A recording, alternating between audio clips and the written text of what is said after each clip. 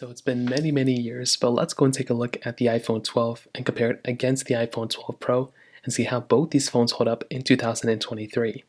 Now, if you want to pick up either one of these phones, the links will be down in the description. You can get them from there and you can help support the channel at the same time.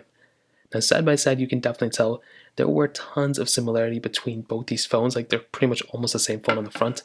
On the front of the iPhone 12, we did have a 6.1-inch Super Retina Extra OLED display, and it was a pretty good panel. I think I had a pretty good time using it during that moment, and even now I still use this phone all of the time for comparisons, for tutorials on my second channel, even for my third channel. Like, I talk about this phone a lot, and it looked pretty good. The big thing with this specific series of devices was that it did have a flat side, so it did make the phone feel a little bit slimmer on the sides, and it did look pretty good. So that was a pretty cool thing going for this phone. Other than that, though, it looked almost identical to the previous generation, including with the iPhone 12 Pro, which was the same generation. Now, this one I actually used. This was the same phone I used for like a year then. Some of you may recognize it. And I like this phone kind of, I think there were some issues with like the battery health and whatnot, but this thing had the same type of display, 6.1 inches, Super Retina XR OLED display.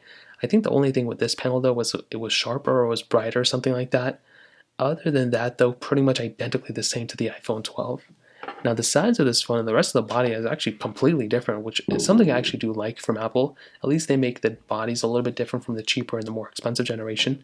So although the body is in the same footprint, as you can kind of tell, you are getting a much premium feeling side and back on the iPhone 12 Pro, on the Pro series, than the standard baseline iPhone 12. So I like this reflective material. It also I think they kind of weigh the same, but they feel a little bit heavier, at least you think it feels heavier. And that's a pretty big thing on the iPhone 12 Pro. On the back, we also have a very different styling of back too. So I have the gold model of the iPhone 12 Pro. They kind of look the same in this kind of situation, but trust me, it's gold. And you have a triple camera setup on the 12 Pro at the top right, top left with the LiDAR sensor. On the iPhone 12, we have that dual camera setup.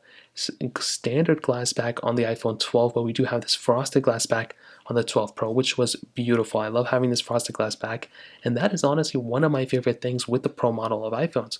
That frosted glass back holds up very well for a long period of time, and that is something that I keep looking back at on something like the iPhone 12 Pro. So, in terms of the outside, I'll definitely tell you there's a lot of similarity, but there are also some differences too, with the Pro model definitely being the better one for sure. Now, in terms of software and longevity, I guess the good news is they're both going to be lasting almost identically exactly the same amount of time. So it's not like you're going to buy an iPhone 12 or you're going to buy an iPhone 12 Pro and have a longer lasting phone. They are both going to be pretty much the exact same phone, in terms of software, which is great. Some people may have liked the iPhone 12 Pro to be the longer lasting one, and that might happen, I don't know. Apple could change things up tomorrow and we'll pretty much have to deal with it. But as of right now, both phones are going to be lasting the same exact time, which is always good in my opinion. So that kind of covers it up there. Now let's go and do a speed comparison between both phones. The 12 Pro and the iPhone 12 both have the Apple A14 Bionic chip inside of it, but the iPhone 12 Pro has 6 gigabytes of RAM, where the iPhone 12 has 4 gigabytes of RAM. So let's go and see which one's a faster one between both. Okay, there we go. All the apps are cleared out in the background, as you guys can tell, so let us get into it. Phone calls 3, 2, 1, and the 12 Pro is here, and the iPhone 12 is here. So I'm going to music, 3, 2, 1. Okay, I think the iPhone 12 may have been a little bit faster there. So I'm going to hop out of here. So I'm going to get into their app stores. 3, 2, 1. And the iPhone 12 is looking to be faster here, which is very interesting. Could be for a lot of reasons. Maybe the iPhone 12 was the faster one, who knows. You can see, even for the loading speed, maybe they're connected to different Wi-Fi's, but they're connected to the same Wi-Fi here, which is very weird. So I'm not too sure why the iPhone 12 Pro is so slow here. I guess there's not much we can do about it right now. Camera, 3, 2, 1. Okay, let's go and take a photo, which they both should probably be on night mode. This one wasn't, this one was. I guess we're gonna take a long time here, but that's totally okay because, night mode just takes a long time anyway. So it takes the photo, we'll go and open it up. 3, 2, 1. Okay, both about the same thing. Let's go and hop into some of these third-party applications. Now I thought I had Genshin Impact, but it looks like I do not. So we'll just load up some of these basic ones. You can try something like Temple Run 2, 3, 2, 1. Now, this isn't that big of a game, but there are some random pop-ups that come up every once in a while, so I have to click out of them. It looks like they don't. And the iPhone 12 looked to be a tiny bit faster than the iPhone 12 Pro. Again, it was very close. Like, I wouldn't go from one to the other just to get that little tiny bit of performance increase. But you can see from there was kind of the same thing. Clicking play, let's see if there's a big difference here, which, again, I don't think, actually the 12 Pro glitched up quite a bit there as well. So I think this could be due to a few things. Like I said, there's been massive battery degradation on a phone like this, so that's always something to keep in mind. We can try some other applications. We can try something like, it's very weird. I used to have a ton of applications on this phone. I have no idea where they all went.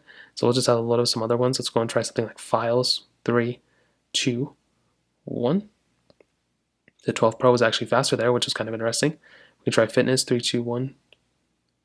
Okay, covers it up there. We do have Freeform on both. 3, 2, 1. Okay, two different things kind of too. So we'll get into GarageBand. I guess I don't have it here anymore. We can try some other ones like iMovie, which I have to have here. I know I have iMovie. And of course I do not. So I don't know where half these applications went on the iPhone 12. Maybe it's a little bit more optimized, meaning I don't really have too many apps there. Photos, 3, 2, 1. Okay, about the same thing.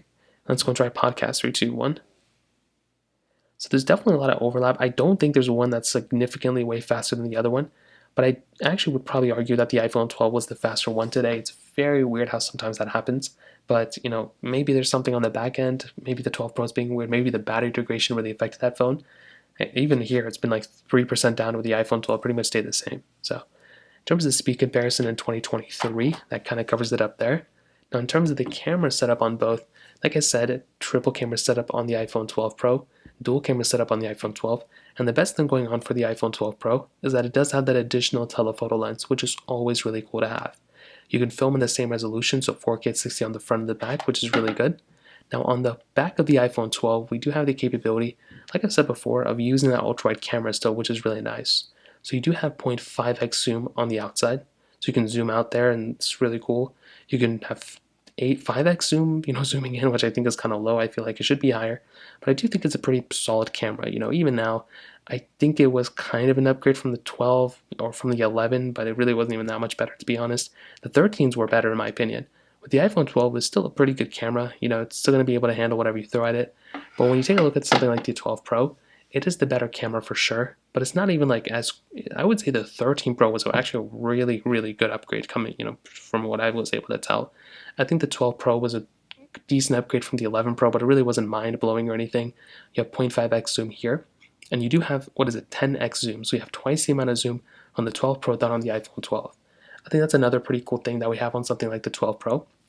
Again, it's not a mind-blowing difference, but it is really nice to have a really solid camera setup like that on this type of device. So you still have video mode, slow mode, portrait mode, panorama mode. You have a lot of stuff on this type of device too, which is actually really cool. So in terms of the overall camera setup, I don't even know what's going on here, or in terms of the overall phone, what I'll tell you is I definitely do think the 12 Pro is probably the better one when it comes down to it. I think we all know this by now. It's going to be the better phone in pretty much majority of areas. But the weird thing was the 12 Pro was actually worse on the performance side. So I don't know what that was about. But on the iPhone 12, you're getting still a really good phone. This phone is probably cheaper now than something like the 12 Pro, but you are getting pretty much same build quality. You are getting better build quality on the iPhone 12, but this one still feels pretty good overall. You still have a pretty good camera, you still have pretty good display, everything like that. It's pretty much the same performance. But the 12 Pro with more RAM was slower. I still don't understand how these things work, but I would probably argue that the 12 Pro would be the one that I would recommend more people to buy if you want it. But I would skip both these phones and I would just go straight to the iPhone 13 series. So I'd buy something like an iPhone 13 or 13 Pro. Those are definitely going to be better phones than these ones, and they're cheaper now in the used market since they're older. So in terms of that kind of covers it up there. If you have any other thoughts or questions, let me know in the comment section as well. Hit the like button, that would mean so much, but definitely hit that subscribe button. More importantly than everything else, I love every single one of you guys. Hopefully I'll catch you guys in the next video. Peace out till then.